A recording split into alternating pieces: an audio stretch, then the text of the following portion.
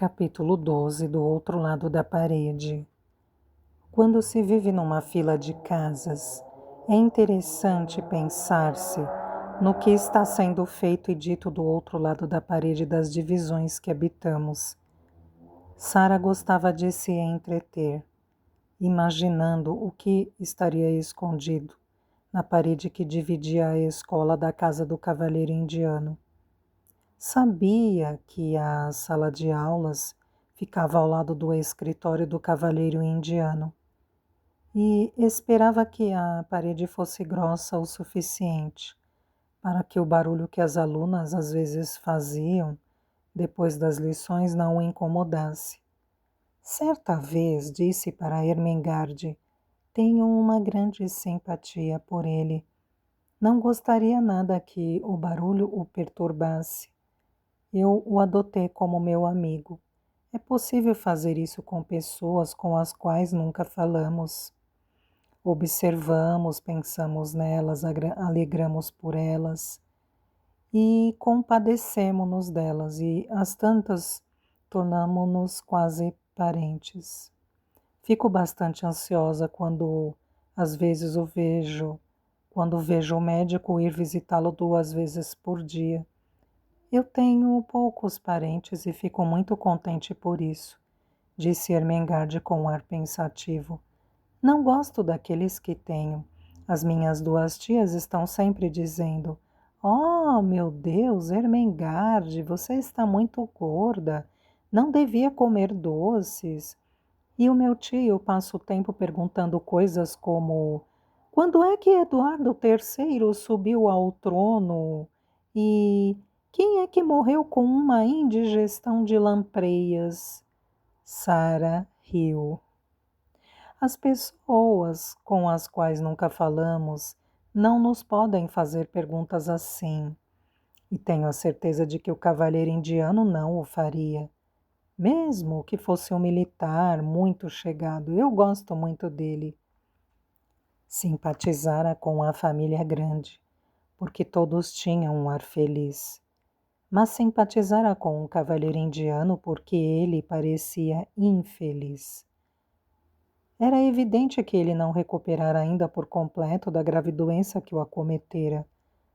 Na cozinha, onde, é claro, as criadas por um qualquer expediente misterioso sabiam de tudo, ninguém se cansava de discutir o caso. Na verdade, o cavalheiro não era indiano, mas sim inglês, e vivera na Índia. As desventuras que por lá enfrentara haviam sido de tal ordem que toda a sua fortuna estivera em risco, e ele mesmo se dera por arruinado e desonrado para todo o sempre. O choque fora tão grande que quase morrera, devido a um esgotamento nervoso. Desde então, a sua saúde ficara comprometida, embora a sua sorte tivesse mudado e a sua riqueza tivesse sido restituída. A causa dos seus problemas e infortúnios tinha sido umas minas. E minas de diamantes. Poupanças minhas nunca irão para Minas, em especial se for de diamantes, exclamou a cozinheira com um olhar de relance para Sara. Todos nós sabemos no que isso dá. Ele sentiu o mesmo que o meu papá. Ficou igualmente doente, mas não morreu, pensou Sara. Deste modo, no seu coração, sentiu-se ainda mais cativada pelo cavalheiro indiano. Quando a mandavam fazer recados depois de escurecer, costumava ficar satisfeita, pois havia sempre a hipótese das cortinas da casa ao lado não terem ainda sido fechadas, e ela conseguia avistar seu amigo numa das confortáveis divisões. Quando não havia ninguém por perto, parava e, segurando-se no gradeamento de ferro, desejava-lhe boa noite como se ele a pudesse escutar. Talvez consiga sentir, já que não pode me ouvir, imaginava ela. Quem sabe se os pensamentos bondosos não chegam às pessoas de alguma forma, mesmo através de janelas e portas e paredes. Talvez o cavalheiro indiano se sinta um pouco melhor, mais reconfortado, sem saber bem o porquê, quando eu estou aqui de pé, ao frio, desejando que fique bom e volte a ser feliz. Lamento tanto o que lhe aconteceu, sussurrava ela na sua cabeça. Quem dera que tivesse uma senhorinha que o mimasse, como eu costumava mimar o meu papá, quando ele tinha uma dor de cabeça. Gostaria muito de ser a sua senhorinha, meu pobre amigo. Boa noite, Deus o abençoe. Afastava-se, sentindo-se um pouco melhor e mais reconfortada. A sua compaixão era tão forte que quase se acreditaria que chegaria de alguma maneira até ele, sentado sozinho no seu cadeirão frente à lareira, quase sempre de roupão comprido e quase sempre com a testa pousada nas mãos, ao mesmo tempo que contemplava desesperadamente as chamas. Para Sara, ele era um homem cujas inquietações lhe perturbavam ainda o espírito, não uma pessoa cujas provações pertenciam já ao passado. Tem sempre um ar, como se estivesse pensando em alguma coisa que o atormenta agora. Mas ele recuperou sua fortuna e com o tempo ultrapassará o esgotamento nervoso. Portanto, não devia ter um ar tão abatido e triste. Eu me pergunto se não haverá mais alguma coisa, pensava Sara. Se havia de fato mais alguma coisa, que nem as criadas tivessem ouvido entre elas, Sara estava convencida de que o pai da família grande, o cavaleiro que ela apelidava de Sr. Montmorency, saberia do que se tratava. O Sr. Montmorency ia visitar o cavaleiro indiano com frequência.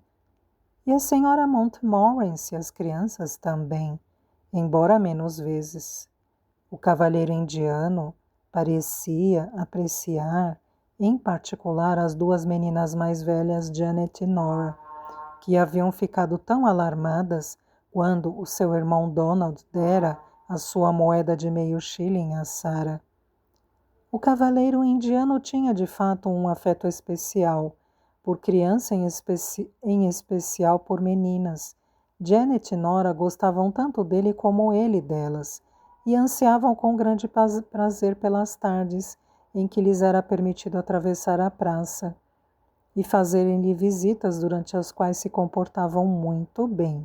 Eram sempre visitas breves, porque ele estava doente e cansava-se depressa. É um amor de pessoa e está sempre dizendo que as nossas visitas o animam muito, dizia Janet. Janet era a mais velha e mantinha os restantes irmãos na ordem. Era ela quem decidia quando era de bom tom pedir ao cavalheiro indiano que lhes contasse histórias sobre a Índia. E era ela que recebia, que percebia quando ele ficava cansado e estava na hora de se retirarem. E irem pedir a Ramdas que fosse para junto do seu patrão. Também simpatizavam muito com Ramdas.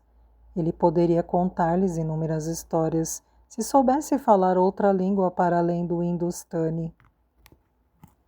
O verdadeiro nome do cavalheiro indiano era o Sr. Carrisford, e Janet contou ao Sr. Carrisford o encontro deles com a menina que não é mendiga. Ele ficou muito interessado, e ainda mais quando escutou da boca de Ramdas a aventura do macaquinho no telhado. Este fez uma descrição muito vívida das miseráveis águas furtadas, do chão despido, das paredes esburacadas, da salamandra enferrujada e vazia e da estreita cama dura. Carmichael, pergunto-me quantas águas furtadas existirão nesta praça nessas condições, e quantas pobres criadas, ainda crianças, dormirão em camas assim, ao passo que eu deito a cabeça em almofadas de penas, rodeado de riqueza, a maior parte da qual não me pertence, disse o Sr. Carrisford, para o pai da família grande, depois de ter escutado tal descrição. Meu caro amigo, quanto mais depressa parar de se atormentar, melhor será para você. Ainda que fossem suas todas as riquezas da Índia, não poderia remediar todos os males do mundo. E se começasse a mobiliar todos os sótãos desta praça, ainda assim restariam os sótãos das restantes praças e ruas desta cidade, e por aí afora. O Sr. Carrisford sentou-se e roeu as unhas ao mesmo tempo que fitava as brasas incandescentes na grade da lareira. Parece-lhe, disse num tom lento depois de uma pausa. Acha possível que a outra criança, aquela em que nunca paro de pensar, possa estar reduzida a uma existência tão miserável quanto a da pobre menina daqui e da casa aqui ao lado? O Sr. Carmichael olhou com inquietação constrangido. Sabia que a pior coisa que seu cliente podia fazer por si mesmo, pela sua saúde mental e física, era começar a encarar aquele assunto sob esse novo ponto de vista. Se a criança que estava na escola de Madame Pascal em Paris era aquela que procura, eu diria que foi confiada a pessoas com meios suficientes para cuidar dela. Adotaram-na porque tinha sido a companheira preferida da filha que perderam. Não tinham outros filhos. E Madame Pascal disse que era um casal roço muito abastado. Respondeu ele num tom tranquilizador. E a maldita mulher nem sequer sabia para onde a tinham levado, exclamou o Sr. Carrisford. O Sr. Carmichael encolheu os ombros. Era uma astuciosa e interesseira francesa, que evidentemente ficou mais do que satisfeita por se ver livre da criança, tendo em conta que a morte do pai a deixara sem um tostão. As mulheres do gênero dela não se preocupam com o futuro de crianças que apenas encaram como fardos. Pelo visto, os pais adotivos desapareceram sem deixar rastro. Mas você diz se a criança for aquela que eu procuro, e diz muito bem. Não temos a certeza. O nome não era bem igual, disse Carrisford. Madame Pascal pronunciou como se fosse Carol em vez de Creel, mas pode tratar-se apenas de uma questão de pronúncia. As circunstâncias eram muito semelhantes, se bem me lembro. Um oficial inglês colocado na Índia inscrevera a sua pequena filha, órfã de mãe, na escola e morreu a seguir subitamente, depois de perder sua fortuna. O Sr. Carmichael deteve-se por um momento como se lhe tivesse acabado de ocorrer uma ideia. Tem certeza de que a criança foi deixada numa escola em Paris? Está certo de que foi em Paris? Não tenho a certeza de coisa alguma, meu caro amigo, respondeu Carrisford com uma enorme angústia. Nunca vi a criança nem a mãe dela. Eu e Ralph Creel fomos grandes amigos e colegas, mas desde os tempos de escola que não nos víamos até nos termos reencontrado na Índia, eu estava totalmente cativado e absorto por aquele magnificente negócio das minas e ele deixou-se cativar também. O negócio parecia ser tão espetacular e promissor que ficamos de cabeça perdida. Quando nos encontrávamos, quase não falávamos de outra coisa. Eu só sabia que a criança fora enviada para um colégio e agora nem tampouco me recordo de como tomei conhecimento disto. Começava a atingir um estado de agitação. Ficava sempre assim quando o seu cérebro, ainda débil, se inflamava com memórias das desgraças do passado. O Sr. Carmichael observava-o com ansiedade. Era necessário fazer-lhe algumas perguntas, mas deviam ser colocadas com calma e cuidado. Mas tinha algum motivo para supor que a escola era em Paris? Sim, a mãe da menina era francesa e eu ouvira dizer que era desejo dela que a filha fosse educada em Paris. Portanto, pareceu-me lógico que o Creel a tivesse enviado para lá. Sim, de fato faz sentido, concordou o Sr. Carmichael. O cavalheiro indiano inclinou-se para a frente e bateu na mesa com a mão comprida e magra. Carmichael, tenho de encontrá-la. Se for viva, tem de estar em algum lado. Se estiver só no mundo e sem nada, é por culpa minha. Como há de um homem recuperar sua sanidade com uma coisa assim na consciência? Este súbito revés da fortuna no negócio das minas transformou os nossos mais fantásticos sonhos em realidade. E a pobre filha do Creel poderá andar a mendigar pelas ruas. Ora, ora, tente se acalmar, Carrisford. Conforte-se com a ideia de que quando ela for encontrada terá uma fortuna para lhe entregar. Porque não fui homem para me manter firme quando as coisas começaram a ficar assim. Gemeu Carrisford numa angustiante infelicidade. Creio que teria revelado maior coragem se não fosse responsável pelo dinheiro de outros, para além do meu. Pobre Creel. Teve de empenhar cada centavo que tinha. Ele confiava em mim. Tinha afeto por mim. E morreu a pensar que eu o arruinei. Eu, Tom Carrisford, que joguei cricket com ele em Netton, devia ter-me na conta de um grandíssimo patife. Não se recrimine desta forma. Não me recrimino por o negócio ter ameaçado falir, mas recrimino-me por ter perdido a coragem. Fugi com um burlão e um ladrão, porque não fui capaz de enfrentar o meu melhor amigo e lhe dizer que o arruinara a ele e a filha. O bondoso pai da família grande colocou a mão afetuosamente no ombro do seu cliente. Fugiu, porque o seu cérebro sucumbira à tortura mental. Você estava já meio delirante, Carrisford.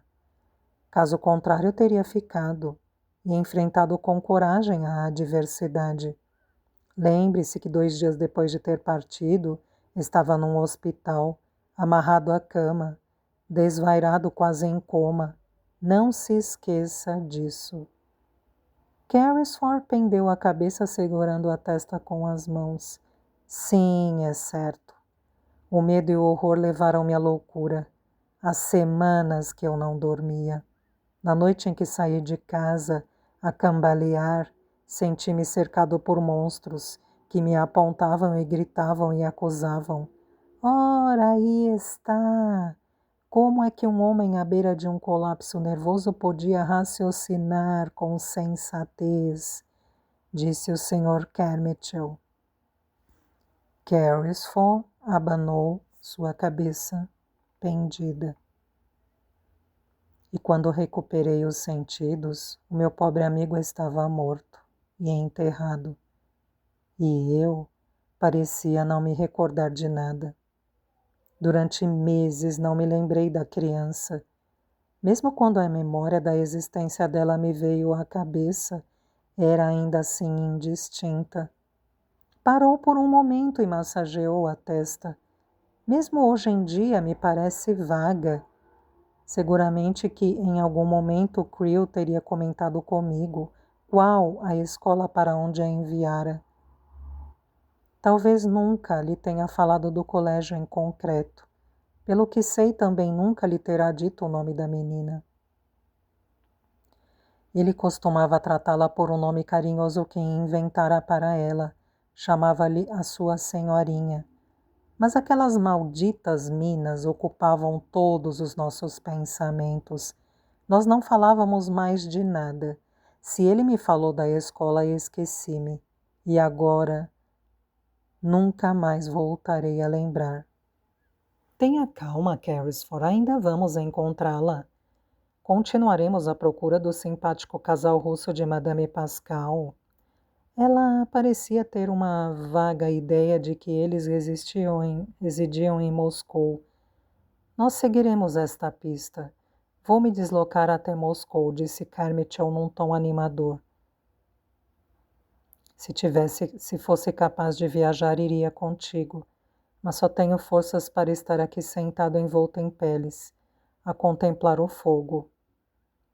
E quando olho para ele, só vejo o rosto alegre e jovem do Creel a olhar-me de volta, com uma expressão como se estivesse fazendo-me uma pergunta.